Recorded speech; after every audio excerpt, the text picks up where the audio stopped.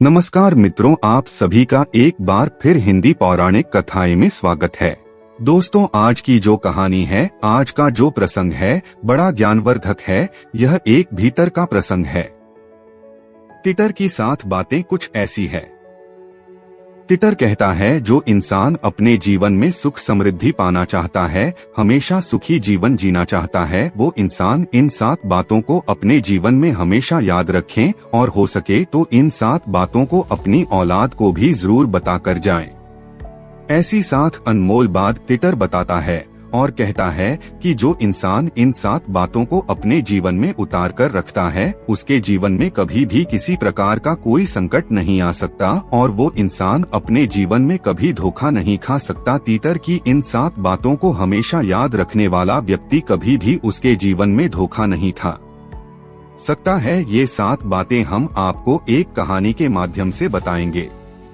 शुरू करते हैं आज की यह प्यारी सी कहानी। एक जंगल में एक तीतर रहता था और तीतर के 2 बच्चे थे। उस तीतर की पत्नी बड़ी भोली थी, बड़ी सीधी सादी थी। उसके मुख में कभी कोई बात नहीं रुकती थी। कोई भी बात सुनती तो हर किसी से कह देती थी। तो उसके जितने भी मित्र थे, जितने भी पड़ोसी थे, उन सभी को इस बात का अच्छी तरह मालूम था कि तीतर की घरवाली के मुख में कभी कोई बात नहीं रुकती है। इसलिए तीतर भी उसको बहुत कम बात बताया करता था। वह तीतर जंगल में जाता है और शिकार करता और शिकार लाकर अपने बच्चों का पालन करता है। उसी जंगल में काफी और भी पक्षी रहा करते थे। उनके पड़ोसी मित्र कौवा रहता था। उस तीतर का पड़ोसी मित्र था। वह हर बार उस तीतर से पूछा करता है कि तीतर भाई, तुम कहाँ जाते हो?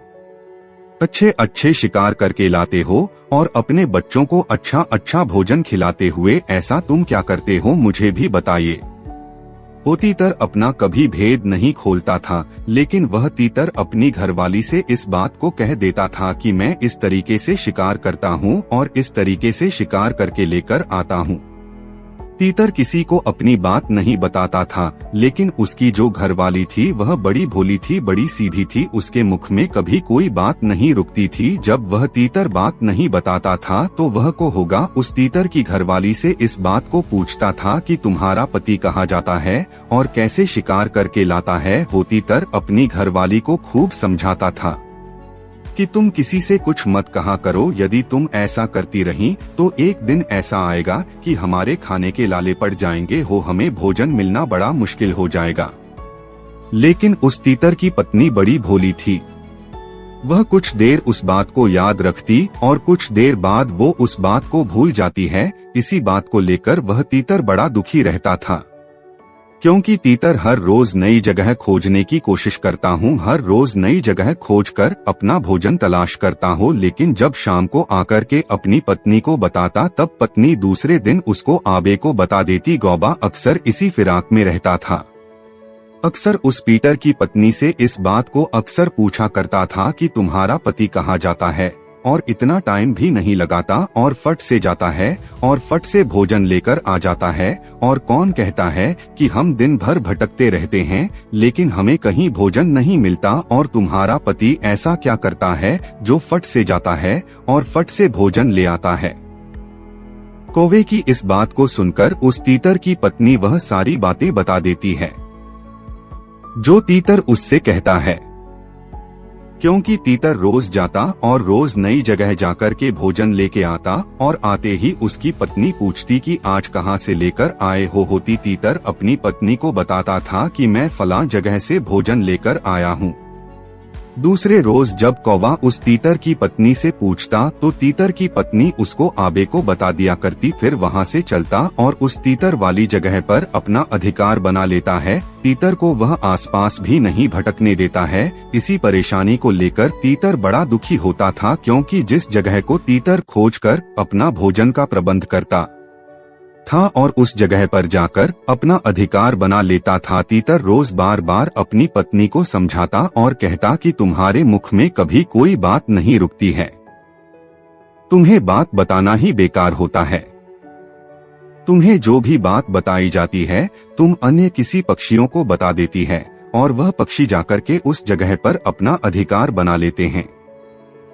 जिस जगह को मैं खोजता हूँ इसी बात को लेकर तीतर बड़ा दुखी रहता था। अब धीरे धीरे तीतर की पत्नी की वजह से तीतर को यह नौबत आने लगे कि उसको कहीं भोजन मिलना बड़ा मुश्किल हो गया।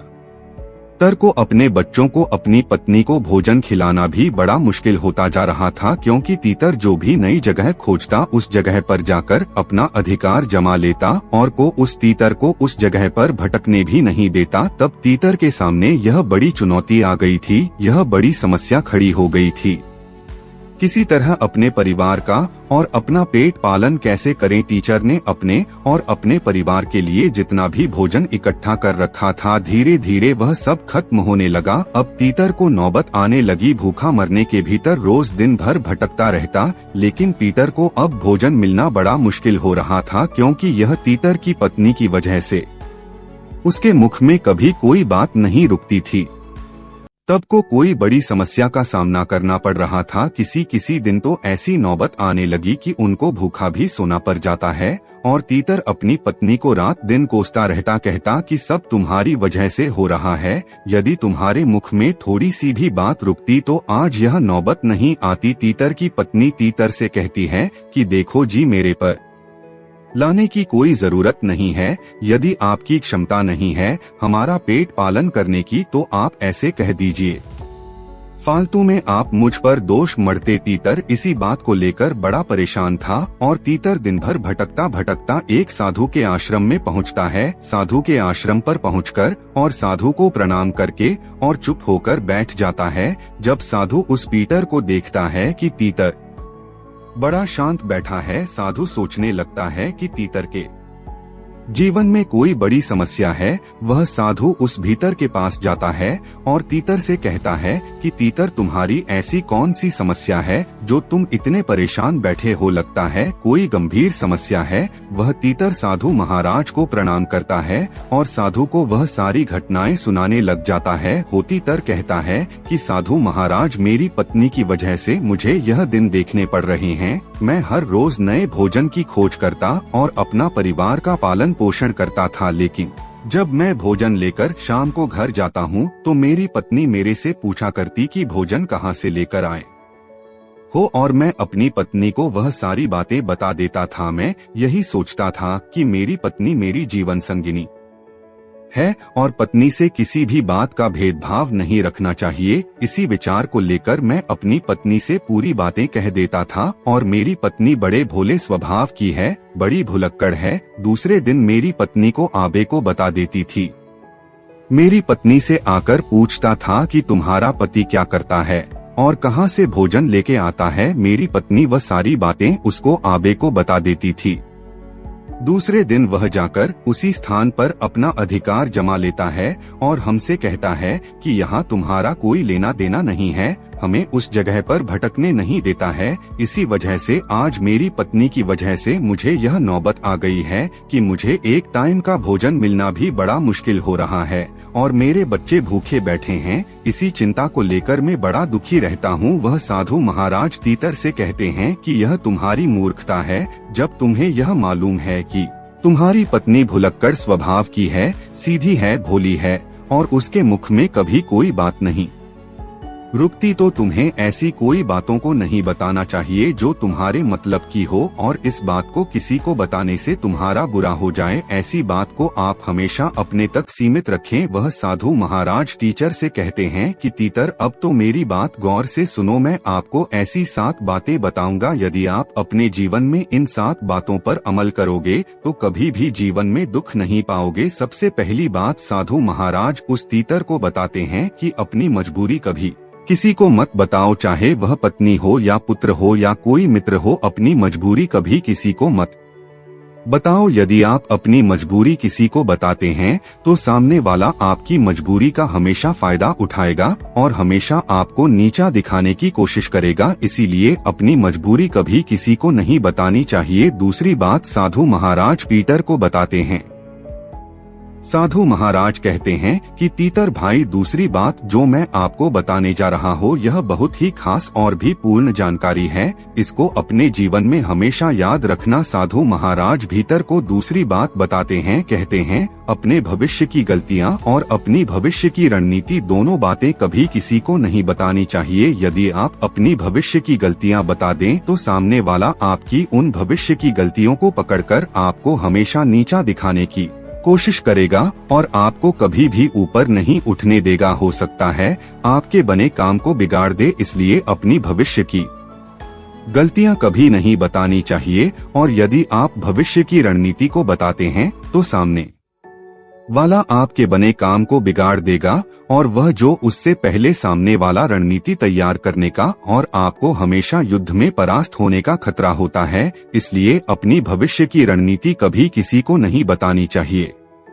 तीसरी बात है, साधु महाराज उस तीतर को बताते हैं और कहते हैं कि अपने घर की बातें कभी किसी को नहीं बतानी चाहिए। आपके घर में जो भी बातें होती हैं, पति पत्नी में होती है, पिता पुत्र में होती है, अपने घर की जो भी बातें हैं कभी किसी को नहीं बतानी चाहिए। यदि आप अपने घर की बातें सामने वाले को चाहते हैं तो आप अपनी समाज में मान प्रतिष्ठा को खो बैठेंगे। कभी भी आप अपनी समाज में ऊंचा उठकर नहीं बोल सकते। सामने वाला आपके घर की बातों को सुनकर और वह मौके का फायदा उठाएगा। इसलिए अपने घर की बातें कभी किसी को भूलकर भी नहीं बताना चाहिए। चौथी बात, साधु महाराज भीतर को बताते हुए कहते हैं कि अपनी कमाई का जरिया कभी किसी को नहीं बताना चाहिए कि आप कहां से कमाई कर रहे हैं, कहां से भोजन इकट्ठा करते हैं। यदि आप अपनी कमाई का जरिया सामने वाले को बताते हैं, सकता है आपकी कमाई का जरिया खत्म हो जाए और सामने वाला तुम्हारी कमाई पर जाकर अपना अधिकार जमा ले। जिस तरीके से उस तीतर के साथ हो रहा है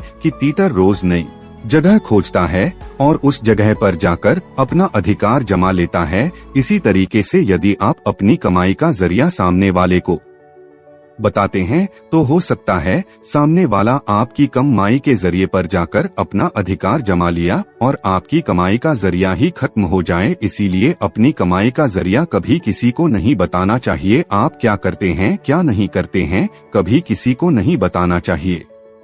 पांचवी बात, साधु महाराज तीतर को समझाते और कहते हैं कि अपनी कमजोरी और अपनी ताकत यह भी किसी को नहीं बतानी चाहिए। यदि आप अपनी कमजोरी बताते हैं तो सामने वाला आपकी कमजोरी का फायदा उठाएगा और यदि आप अपनी ताकत बताते हैं तो सामने वाला आपकी ताकत को तोड़ सकता है, आपकी ताकत को खत्म कर सकता है। इसीलिए अपनी कमजोरी और अपनी ताकत भी किसी को नहीं बतानी चाहिए। कितना भी घनिष्ठ मित्र हो, कैसा भी हो, लेकिन अपनी कमजोरी और अपनी ताकत कभी भी किसी को नहीं बतानी चाहिए। छठी बात, साधु महाराज उस पीटर को कहते हैं कि कभी भी जीवन में अपने मित्र और अपने शत्रु को किसी को नहीं बताना चाहिए। यदि आप अपने मित्र को किसी को बताते हैं कि फला आदमी मेरा मित्र है, तो हो सकता है भविष्य में सामने वाला आपकी मित्रता को ही खत्म कर दे और आपके मित्र को आपका ही शत्रु बना दे। इसीलिए अपने मित्र के बारे में कभी किसी को न बताएं और यदि आप अपने शत्रु के बारे में किसी को बताते हैं तो हो सकता है सामने वाला आपके शत्रु से जा मिले और आपके शत्रु का बल और भी अधिक दुगुना हो जाए। इससे आपको बहुत ही अधिक खतरा होता है। इसीलिए कभी भी कैसा भी संकट आ जाए, कैसी भी मजबूरी आ जाए, लेकिन कभी भी अपने मित्र और अपने शत्रु के बारे में कभी किसी को नहीं बताना चाहिए। सातवीं बात, साधु महाराज बताते हैं, तीतर भाई गौर से सुनिए, दिया हुआ दान कभी भी किसी को नहीं बताना चाहिए। यदि आप बाएं हाथ से दान देते हैं तो दाएं हाथ को भी पता नहीं चलना चाहिए। यदि आप दिए हुए दान को एक दूसरे को बताते हैं, अपनी बधाई के चक्कर में बताते हुए, अपनी डींगे हाँकने के चक्कर में दिए हुए दान को किसी अन्य लोगों को बता देते हैं तो आपका दिया हुआ दान व्यर्थ चला जाएगा और उसका आपको कोई फायदा नहीं मिलेगा। इसलिए दिए हुए दान को भी कभी किसी को नहीं बताना चाहिए। ये 7 बातें साधु महाराज उस पीटर को समझाता है और तीतर के मन में ये 7 बातें बिल्कुल बैठ जाती है। तीतर इन 7 बातों पर अमल करता है और धीरे धीरे तीतर ने अपनी पत्नी को बातें बताना बंद कर दिया। उसके बाद भीतर का जीवन पहले जैसे सुखमय हो गया और तीतर अपना जीवन सुखी से व्यतीत करने लगा। तो दोस्तों, हम उम्मीद करते हैं कि यह कहानी आपको जरूर पसंद आई होगी और इस कहानी से आप जरूर प्रेरणा लेंगे। आप कभी भी इन 7 बातों को कभी किसी को नहीं बताएंगे। हम उम्मीद करते हैं कि आपका जीवन सुखमय होगा। धन्यवाद।